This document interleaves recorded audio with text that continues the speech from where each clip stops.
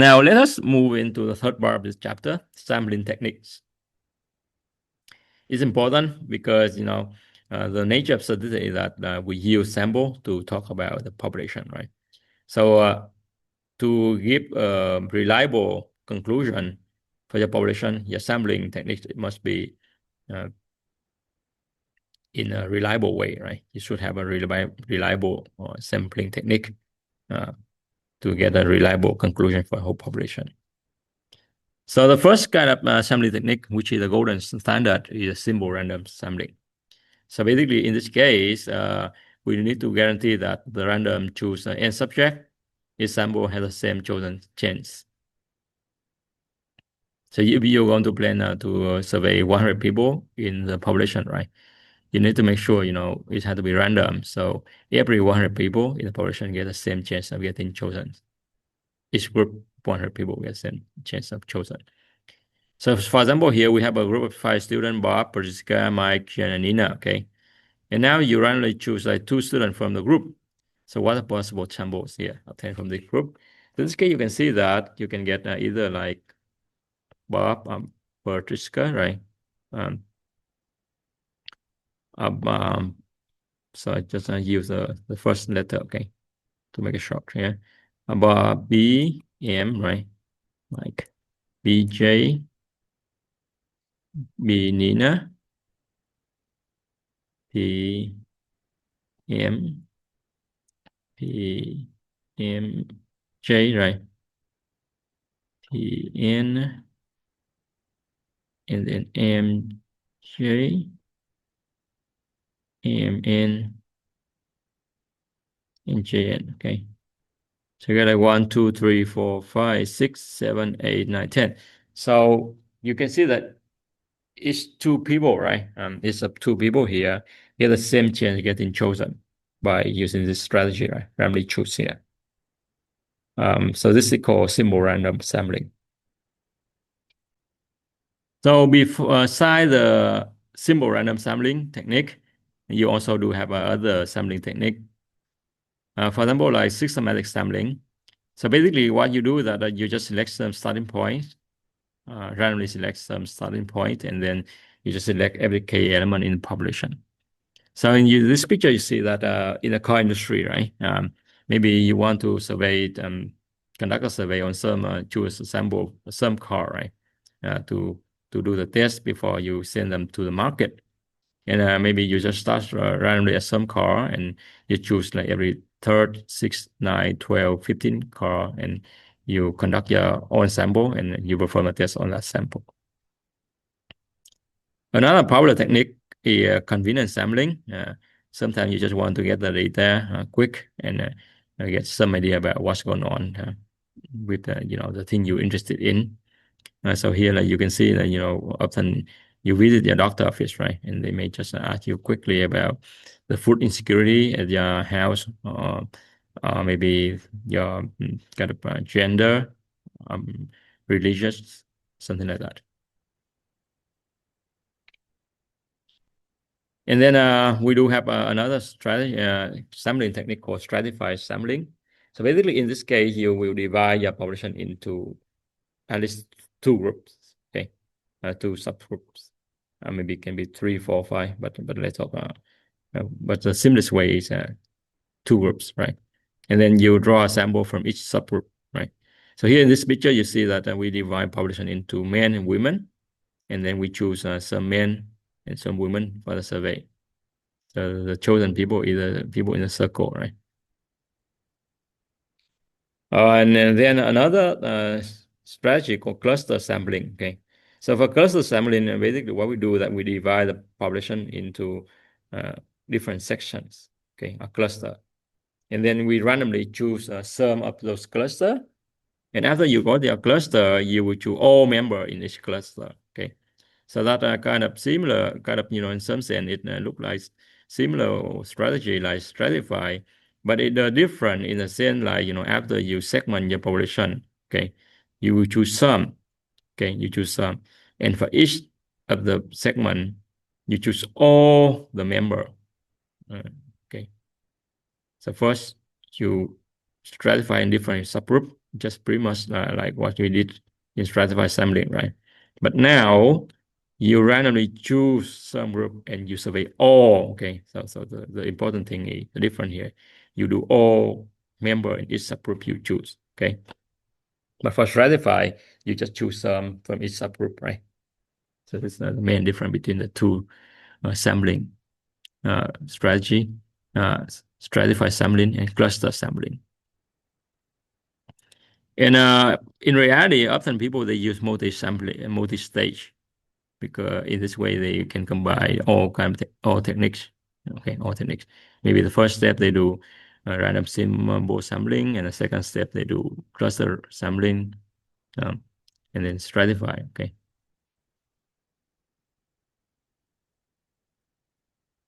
So let's look at some real-world example of survey methods. Okay.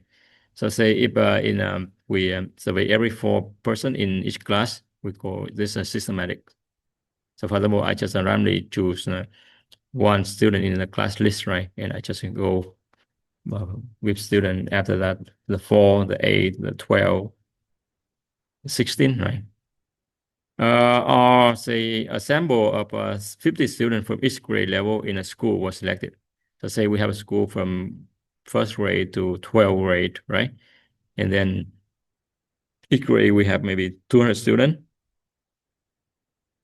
And then you just choose 50 students from each grade, right? This is stratifying. Here you randomly choose 3 students in a class to work on a project. So this is a simple random sample. Then the survey patient visits his office, right? Is a convenience sample.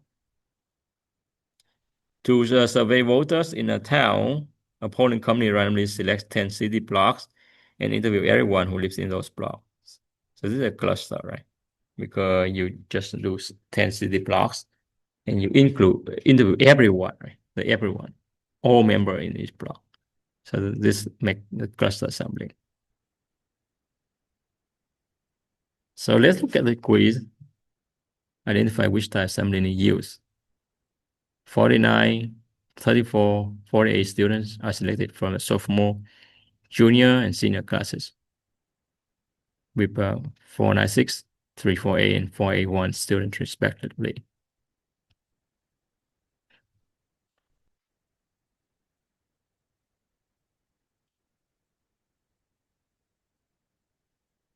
Should it be systematic? No, it shouldn't be, right? Because it has to be start from every k component, right? Should be stratified? Is correct? But let's see, move on. Let's move on a little bit more. Should be convenience? No, it should be convenience, right?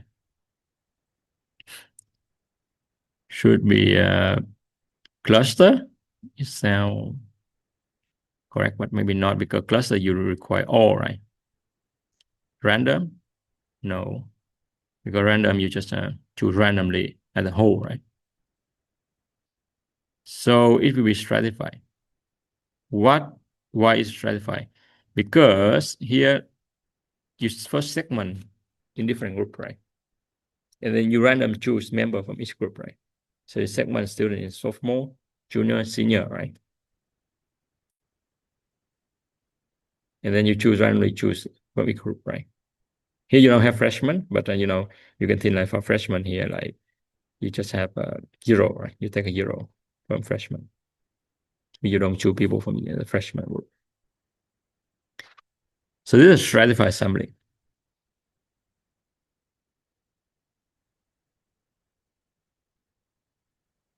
So when we do sampling, okay, their error can be made. And their error we can have from the objective matter, which is unavoidable, and the error which is subjective matter, which is avoidable. And because we want to use a sample to make a conclusion for the whole population, so we have to be very careful to avoid the error as much as possible. So for the sampling error, which we call the error is objective matter, because basically the nature is that we use a sample to talk, which is much smaller than population to talk about the population, right? And for this type of error is very objective, and the often, to reduce the error is that we just try to increase sample size. But sometimes increase the sample size, it's also a pen, right? So say if you think about MRI, right, study, right? If you increase one person, an MRI may cost $5,000 easily. But for sure, if you have better sample size, the conclusion will be more confidence. Right? The non-sampling error, which is belong to subjective matter, uh, error due to human mistake, for example, wrong data entry, maybe just from the voluntary response, right? Voluntary response here, so just a survey method here. So this kind of error, it can be avoided if we design a study carefully, we process data carefully. So for sure, we cannot totally eliminate all the error, but we can minimize that, right? And if we can minimize that, and our study, our conclusion will be more reliable. And here is some common mistake in sampling. Okay, we call sampling bias, which is the mistake here when your sample not represent population. You use a sample not represent population, and you try to talk for the whole population, right? So for example, like you survey only 2 customers, right? And you try to make a conclusion and you say that you see 2 of them very satisfied with your service, right? And you say, oh, all my customers satisfy my service. Sometimes, the conclusion is not valid, right? Because your sample size is just too small. So other source of sampling bias, which is called, your sample cannot be reliable, cannot give the reliable answer for the whole population, is voluntary response sample. So often you see you have internet polls or phone call polls, a non-response when you have non-response rate too high. The loaded question, where the word in the question influence the response. So sometimes we see this thing happen, when people they have an intention, to support their some pre-assumption, and they try to do the trick here. And maybe just, they don't know that, right? And they just have the question in a way confuse the people, right? Who provide the answer. A self-interest study. So basically, like if they have some kind of bias interest for the outcome already. For example, like a tobacco company, they don't want, for sure, tobacco is not good for our health, but they also try to reduce this, the claim like it causes a different kind of cancer. So maybe they try to conduct some study to show like some benefit of tobacco, right? Smoking, right? So let's look at an example about effect of sampling bias here. So here the question, should United Nations headquarters remain in the US or not? So in the 9 the viewers show, okay, and they have a voluntary response from 186,000 response, and 33% say yes. So it's been about 67% say, okay, you better just kick out the UN headquarters from the US, right? Which is a high number, right? But then after that, some people, they conduct another research. They just randomly choose 500 participants. And they find out 62% say yes. So it means only 38% say no, right? So 62% say, okay, we should keep UN headquarters here, okay? Headquarters here. So which means even you can see here, so the moral of the story is that, even you have smaller sample size data, but if you design in a careful way, your conclusion still represent better for the population. And here's some other misleading in using statistics we should be aware of. And one misleading is using small sample size to conclude for the whole population. You have outlier in the data. So in this case, you have very large, small data point, get to the whole of your data, right? So say if we talk about the income of people in Hamilton County here, but imagine maybe, next month, Bill Gates, he moved here to live, right, in the region. And if he include him, which he has like massive income, right? And you do the average people haven't encountered it, and then it will make a big mistake, right? Because it will shift the income of people here become very high, right? Improperly display graph. Sometimes people they truncated the picture and they you uh, seen a picture, picture to depict the data size, something like that. It also cause some misleading. Not understanding the data enough. It's a very common mistake people make. Okay, so when they look at the data, they just quickly make some graph or raw conclusion, run the model raw conclusion, but they don't spend enough time to digest the data, where data come from, what kind of sample it is, and where the potential flaw or what kind of outlier they have. So when you don't understand the data enough, and you just quickly try to get the conclusion, and also it causes misleading. So here an example of misleading graph. It's from the source of Bureau Labor Statistics in 2011 about employment rate in more during the year, right? So if you look at this plot, think about that, right? What may be misleading here?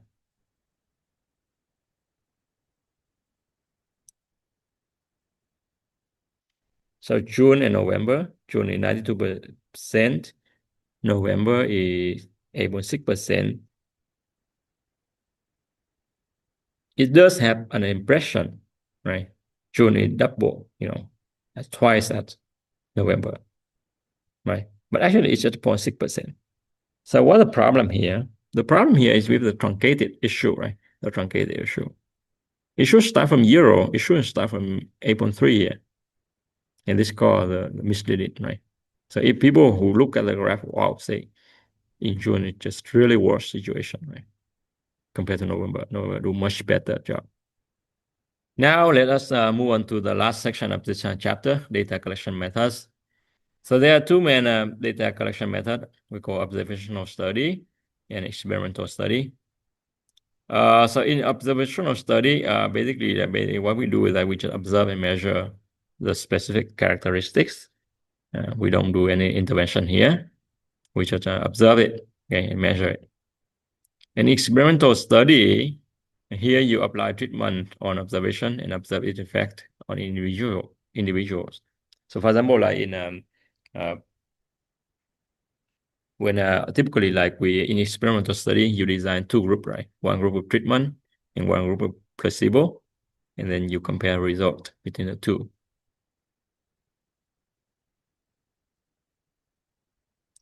So let's look at this example, ice cream and brownie, right? So for example, the observation study.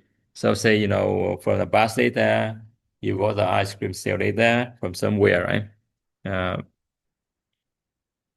And then you get the brownie some data, right? And from that, you can see, maybe you would be able to see a tendency like, I think you would be able to see a tendency like, when the ice cream sale increase during the year, you also get more brownie, right? More brownie. So this just observe, right? Observe, right? But if you make a conclusion like increase ice cream sale cause more brownie, you have to be careful. It won't be valid, okay? If you just use observational study. But for experimental study, if you want to understand the relationship between ice cream sale and drowning, right? Whether the ice cream cause anything with has anything to do with drowning or not, right? And then at that time, you have to conduct a serious study. Say, maybe you recruit people, right? One group, you give them one ice cream every day, and one group with no ice cream, right? Or maybe just one bottle of water, something like that. And then you observe the data, right, in terms of the drowning, if it happened, right? Now, let us look at some main terminologies used in experimental study.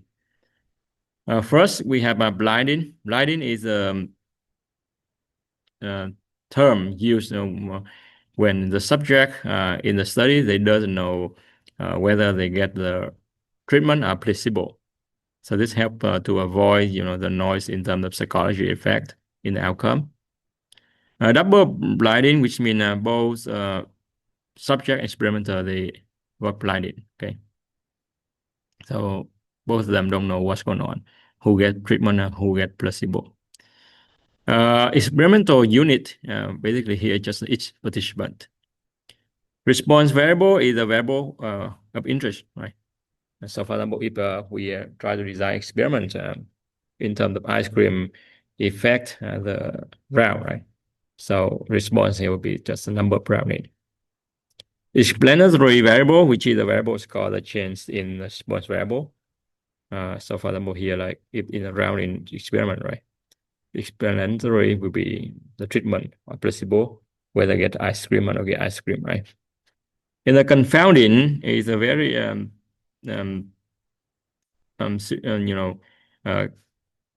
important thing where you have to be very careful when you design experiment.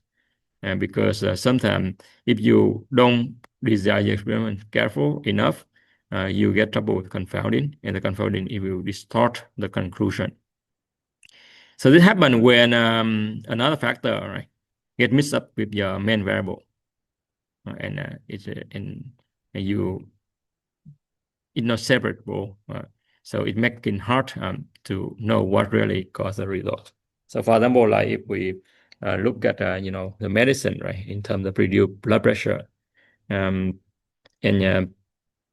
up to that women they have a lower blood pressure than compared to men. Okay, so if you design your experiment and you don't count in that factor, and then basically like it will mess up the results. Because what if in your study you recruit most of the women, right? And other time say the outcome even with no blood pressure bill, right? You still should be able to get the result pretty low compared to the careful study where you have both men and women and you measure them in separate group, right? And compare the effectiveness of the blood pressure pill. So let's look at another example, aspirin versus heart attack. So we consider the following study where you recruit 400 men with age 50 to 84. And basically the goal is that you want to see the effect of aspirin to heart attack for this age group. Okay. So in this blinded design, you randomly select 200 men taking the pill the next 3 months, and they don't know whether they get the real pill or not, right? And the other 200 taking the sugar pills, and they also don't know.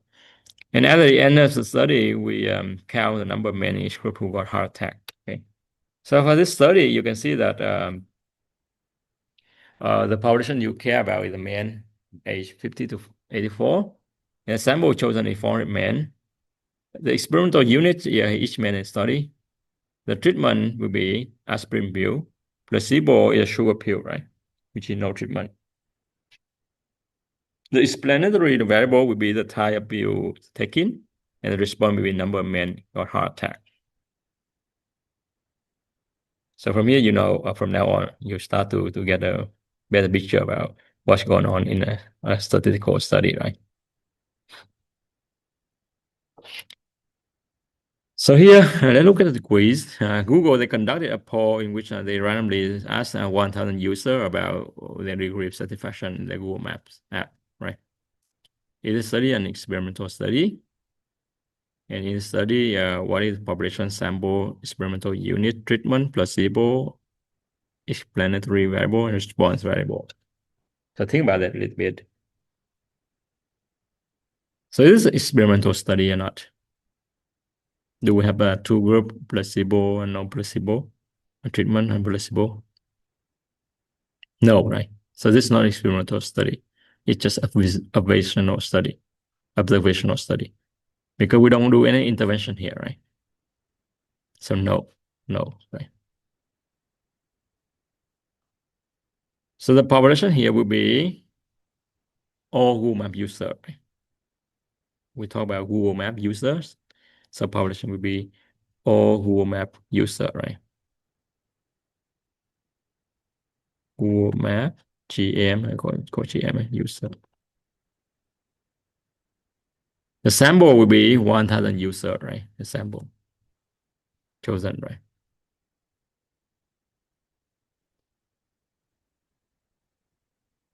Experimental units, because it's not the experimental study, right? So we don't have experimental unit here. The treatment, no treatment. Placebo, no placebo. Explanatory, no, we don't have experimental. But response here will be just answer, right? Answer from user, right? Chosen.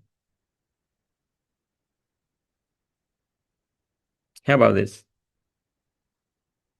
Consider the following study. Plant 300 tomato seeds in 3 rows, 1 receipt per row. Apply in 3 different type fertilizer, organic, synthetic, and no fertilizer for each row. After 75 days, the number of tomato produced per row is counted. This study experimentally, and then also try to define each statistics term here. It is experimental study. Yes, right, because you do have a treatment group and placebo group. Placebo here, no fertilizer. And treatment, we have a bit more complicated setting compared to basic setting with 2 groups, right? Now you have 3 groups, organic, synthetic, and no fertilizer. So this yes. And the population here will be basically you care about tomatoes, right?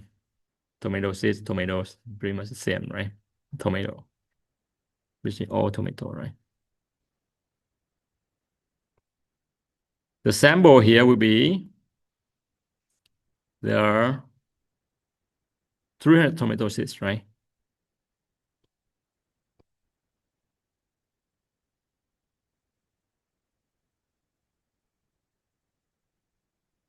Chosen, right? Experimental unit will be each tomatoes, right? In the experiment.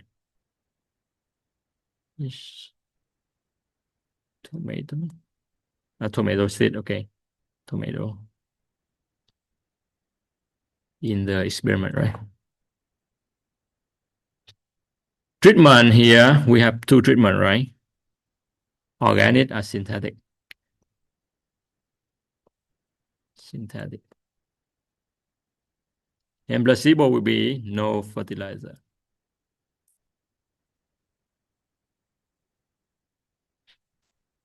Explanatory variable will be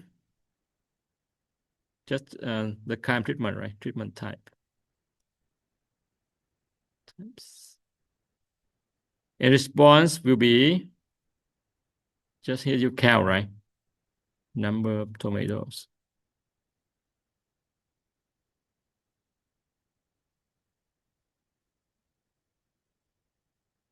I think population should be all tomato plant, right? All tomato plant.